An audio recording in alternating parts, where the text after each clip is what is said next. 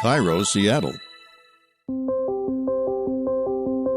This is COVID-19 Seattle. I'm Dave Ross. And I'm Aaron Granillo. Protecting prisons. The state now says it's releasing hundreds of inmates early to reduce crowding. Something we've been working on now for weeks and months to try to reduce the risk to people in these prisons. More on Governor Inslee's plan to keep the virus out of jails. Western states unite. Washington, Oregon, and California team up to slow the spread of the virus and reopen their economies. And Boeing gets back to building, at least partially. Stay with us.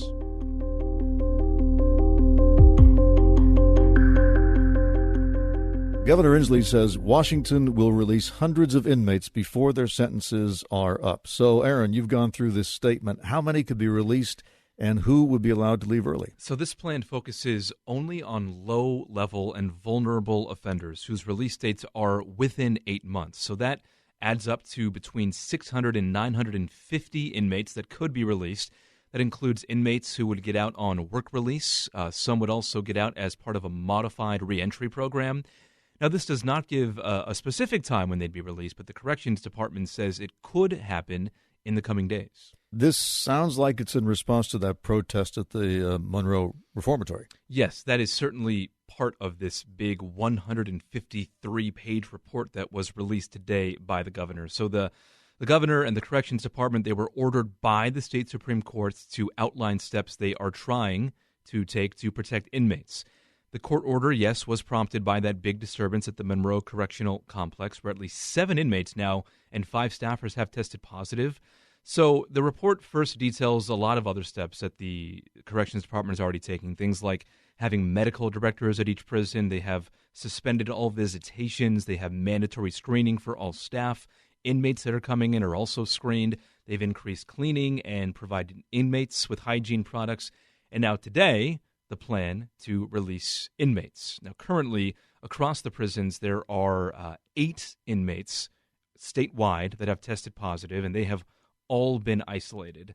Department of Corrections also says it has enough personal protective equipment that includes nearly 30,000 N95 masks and about 400,000 surgical masks as well.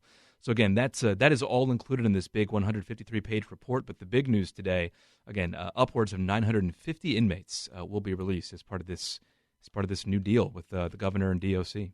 Okay, so these are people who were incarcerated for nonviolent crimes? Correct. Only nonviolent offenders will be released.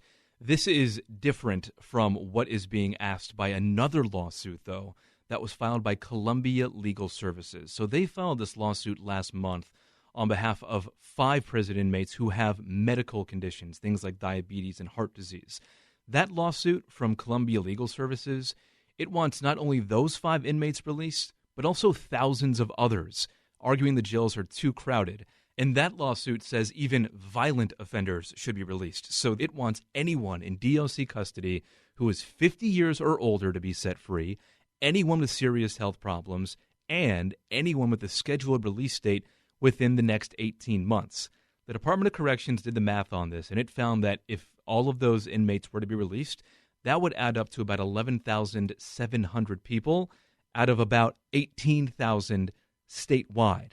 And that would also include 5,300 inmates who are serving time for serious offenses, things like murder and rape. That's what the Columbia Legal Services lawsuit wants. So they were asking not just for the release of nonviolent offenders. Yes. They were asking for the release of anybody who fit that medical category, whether their offense involved violence or not. Right. And the state, it does not sound like it wants to agree with what the lawsuit is asking.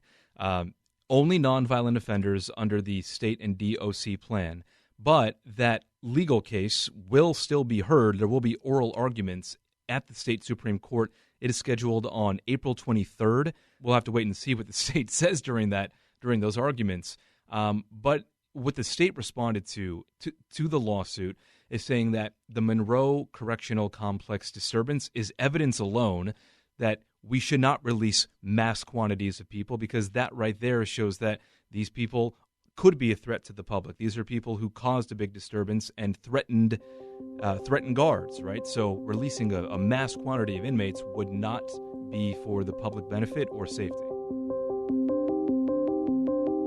Modeling from the University of Washington suggests the United States should not reopen in May. Dr. Christopher Murray explained on CBS's Face the Nation. The first testing we've done on this is if you opened up the entire country May 1st, then we would very clearly have a rebound. We don't think the capability in the states exists yet to deal with that volume of cases. And so by July or August, we could be back in the same situation we are now. Dr. Murray said states could reopen on a case-by-case basis, but there are a few issues with that. The states, such as out here on the West Coast, seem to be farther along in the epidemic, peaking, and then we need multiple weeks of closures after that peak to bring the burden of cases down to the point where testing and contact tracing has a chance of working. And then, of course, there's the big issue if states are on different timings of their epidemics, which we know is the case, how are they going to control importation from other states into their state? So it poses a whole series of new questions that haven't yet really been addressed. If the West Coast does reopen sooner than other states, it appears it will be a coordinated decision. Today, the governors of Washington, Oregon, and California announced they have all agreed to work together to decide when to reopen, to prioritize health over the economy, and also to follow data and science, not politics. Testing and contract tracing will be necessary to return to life as normal in the next few months, it appears. The alternative would be social distancing until we develop a vaccine, which could take another year. In the meantime, major University of Washington hospitals will now start testing every admitted patient, even if they don't have symptoms. Here's Dr. Chloe Bryson-Kahn. She is an infectious disease physician at Harborview Medical Center. We are hoping that if we screen everyone, we'll have an opportunity to catch a few people who could potentially have spread infection to other people. I don't think it's going to be a big number, but if we catch any and are able to keep other people safer because of it, I think it's worth doing. Also, Amazon says it's not waiting around for testing and contract tracing to become standard public health measures. The company reassigned research scientists, program managers, and software engineers to start building out a testing system for their frontline workers. And right now, the state and Seattle-King County public health departments are prioritizing tests for healthcare workers, first responders, and people who live or work in nursing homes, prisons, or shelters. Well, that shows some progress. At least there's more testing going on, but there's not enough. They're going to have to be able to test everybody. I can't imagine at this point, with some of the stories we've heard about how infectious, how contagious this is, and what the consequences can be for people who are at all compromised, and going into a theater with 2,000 people, or going to a sporting event with 70,000 people. You're pretty much guaranteed then to be exposed to somebody who has this virus. And unless there's a way of testing people who have it and could be spreading it, I don't know how, even if you opened up the economy, if people would go back to restaurants if there's any risk at all. So what is it going to take then? I mean, it sounds like what you're saying is you have to test everybody, right? Yes, and not just once. You'd have to, and this is, I'm not just making this up. I mean, there are plenty of people who are pretty sure we will have tests that will be able to give you results in a few minutes, and it'll have to be subsidized, but I think the cost will probably come down as this becomes standard. But the alternative to that would be that you open it up for a while. As you see the number of infections go up, which they're predicting will happen, you then quickly shut it down again. So we'll sort of have like an on-again, off-again economy until either little by little we all build up an immunity, or until there's a vaccine. Because now that we know that this can be spread by people who are asymptomatic and simply by talking, right? That's what we're hearing. It's not just a sneeze. It's if you're in a room where you're closer than 6 feet and you're talking to someone who has this virus and maybe showing no symptoms, you could have it. And if you're this vulnerable group, you could end up in a hospital, and then we're back to where we were. So that's what some of the thinking is now, that you open it up. You advise people to wear a mask. That's the other thing. Masks for everybody. I mean, there's no excuse for that. These are not expensive items if you manufacture them en masse. Masks for everybody, and then you very carefully monitor the hospitals, as they're apparently prepared to do. Everybody who's admitted will get a test, and then we should know very quickly if it's starting to spread again, and we have to either tell 50% of people to work at home or come to some sort of compromise and find out what works, because this is uncharted territory.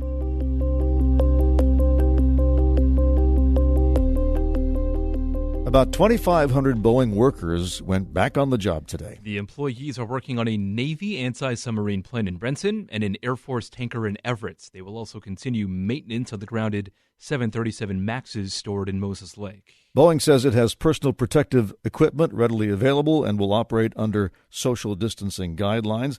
They'll also be required to wear masks at all times during the shifts. Now, the partial reopening comes after Boeing announced last month it would be shutting down manufacturing across the Puget Sound indefinitely. That decision affected some 30,000 workers. The decision came one day after a Boeing employee died due to COVID-19.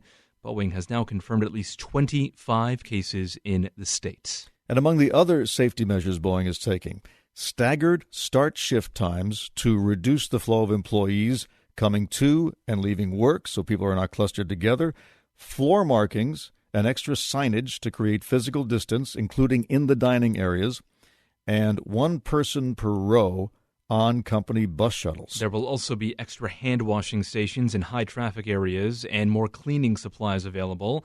And any Boeing employee who is able to work from home will continue to do so. Also, if any worker is in a high-risk category or concerned about health risks to their family, they have the option to not return to work and instead file for unemployment.